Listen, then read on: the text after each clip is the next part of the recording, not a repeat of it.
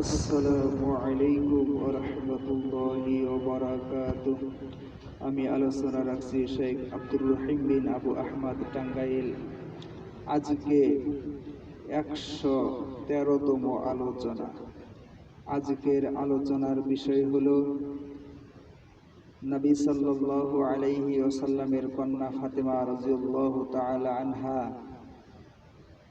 বাড়ির কাজের জন্য একজন খাদেম চেয়েছিলেন, মহিলা দাসী চেয়েছিলেন, কিন্তু নবী সাল্লাল্লাহু আলাইহি ওয়াসাল্লাম তা দিলেন না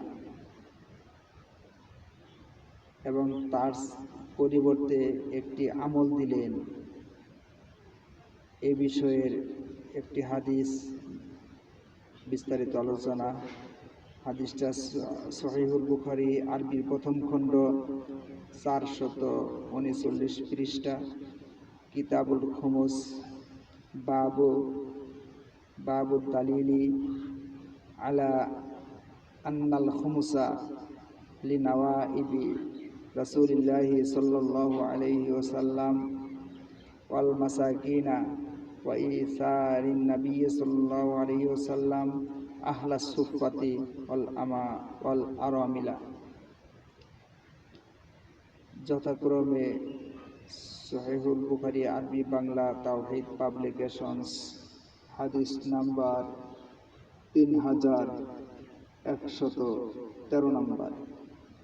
ইন্নাল হামদালিল্লাহি ওয়াহদাহু ওয়াসসালাতু ওয়াসসালামু আলা মান লা নাবিয়্যা বা'দাহু, আম্মা বা'দ। হাদাসানা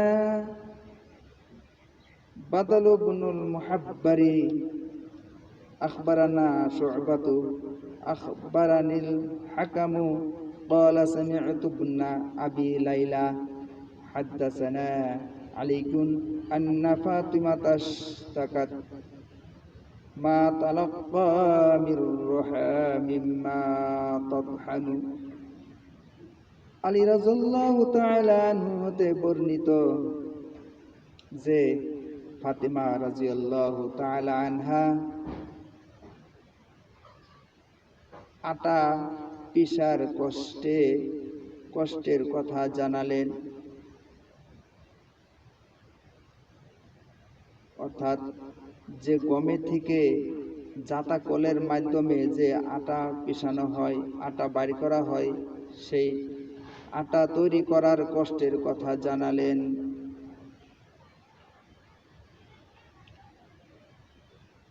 فبلغها أن رسول الله صلى الله عليه وسلم أوتي بسبي فأتته।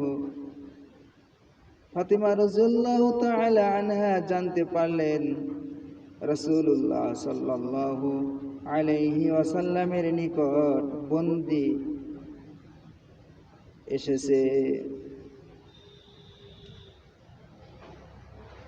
তাসআলুহু খাদিমান ফালাম তুয়াফিকহু। ফাতিমা রাদিয়াল্লাহু তাআলা আনহা একজন খাদেম চাওয়ার জন্য নবী সাল্লাল্লাহু আলাইহি ওয়াসাল্লামের নিকট গিয়ে তাকে পেলেন না। ফাযাকারাত লিআইশাতা, অতঃপর আয়েশা রাদিয়াল্লাহু তাআলা আনহার নিকট খাদেম চাওয়ার বিষয়টি জানালেন। فجاء النبي صلى الله عليه وسلم فذكرت ذلك عائشة। নবী সাল্লাল্লাহু আলাইহি ওয়াসাল্লাম যখন আসলেন, আয়েশা রাদিয়াল্লাহু তাআলা আনহা ফাতেমা রাদিয়াল্লাহু তাআলা আনহার খাদেম চাওয়ার বিষয়টি নবী সাল্লাল্লাহু আলাইহি ওয়াসাল্লামকে বললেন।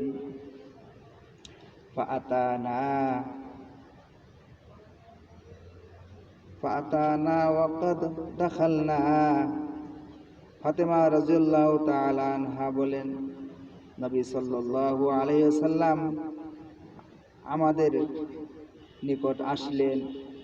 মাযাজি'না, আমরা তখন বিছানায় ছিলাম। ফাযাহাবনা, আমরা বিছানা থেকে উঠতে চাইলাম, লিনাকুমা ফাকালা, ওয়ালাইকুম আসসালাম, লিনাকুনা ফাকালা,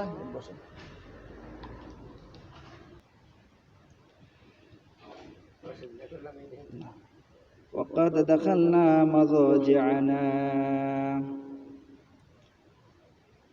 মাযাজি'না, তখন আমরা বিছানায় ছিলাম। ফাযাহাবনা, আমরা বিছানা থেকে উঠতে চাইলাম। লিনাকুমা ফাকালা আলা মাকানিকুমা, রাসূল সাল্লাল্লাহু আলাইহি সাল্লাম বললেন, তোমরা নিজ নিজ স্থানেই থাকো। হাত্তা ওয়াজাদতু বারদা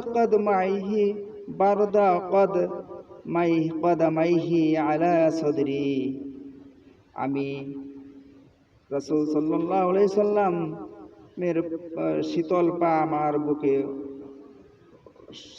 শীতলতার অনুভব করলাম।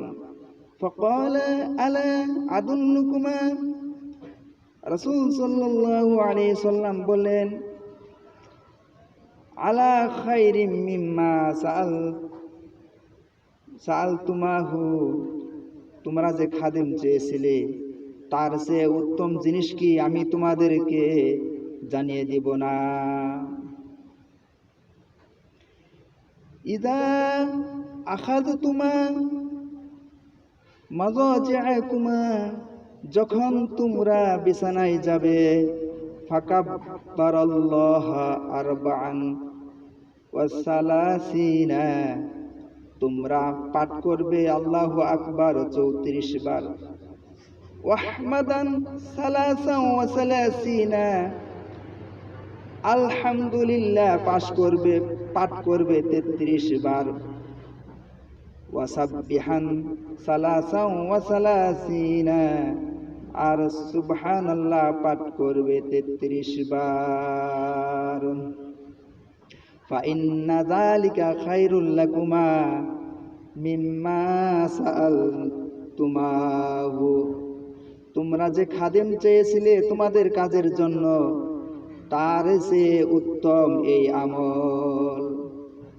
অর্থাৎ আল্লাহু আকবার 34 বার পাঠ করবে, আলহামদুলিল্লাহ 33 বার পাঠ করবে, সুবহানাল্লাহ 33 বার পাঠ করবে বিছানায় যাওয়ার পরে। তাতে তোমাদের যে লাভ হবে, একটি খাদেম পাইলে যে লাভ হবে তার চেয়ে বেশি লাভবান হবে। নবী সাল্লাল্লাহু আলাইহি ওয়াসাল্লামের কাছে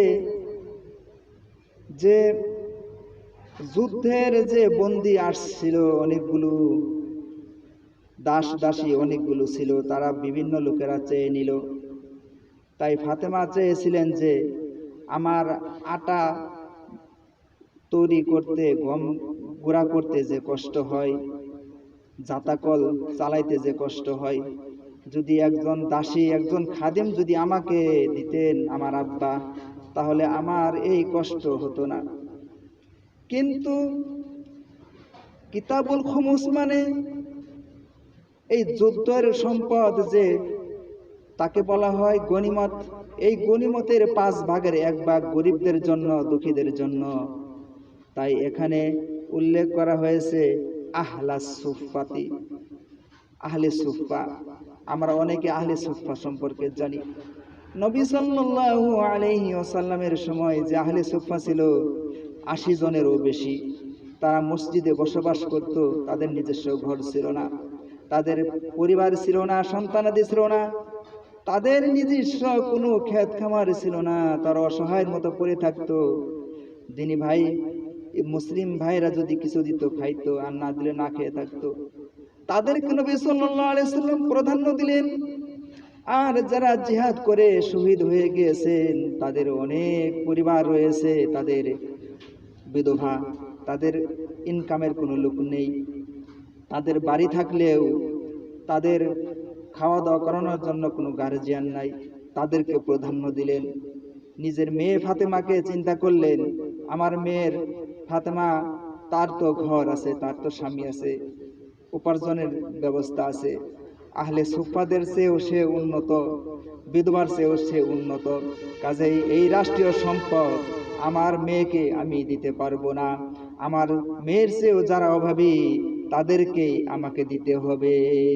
তাই নবী সাল্লাল্লাহু আলাইহি সাল্লাম ফাতেমাকে সান্ত্বনা দিলেন, আলা আদুল্লুকুমা, আমি তোমাদেরকে জানিয়ে দিব না যে আলা খাইরিম মিম্মা সালতুমাহু, তোমরা যে খাদেম চেয়েছিলে তার চেয়ে উত্তম জিনিস কি আমি তোমাদেরকে জানিয়ে দিব না? ইদা আখাযতুমা মাযাজিউকুমা, যখন তোমরা বিছানায় যাবে, ফাকাব্বারাল্লাহ আরবাআন ওয়া সালাসিনা, আল্লাহু আকবার 34 বার পাঠ করবে, ওয়াহমাদান সালাসান ওয়া সালাসিনা, আলহামদুলিল্লাহ 33 বার পাঠ করবে, ওয়াসাবহান সালাসান ওয়া সালাসিনা, সুবহানাল্লাহ 33 বার পাঠ করবে।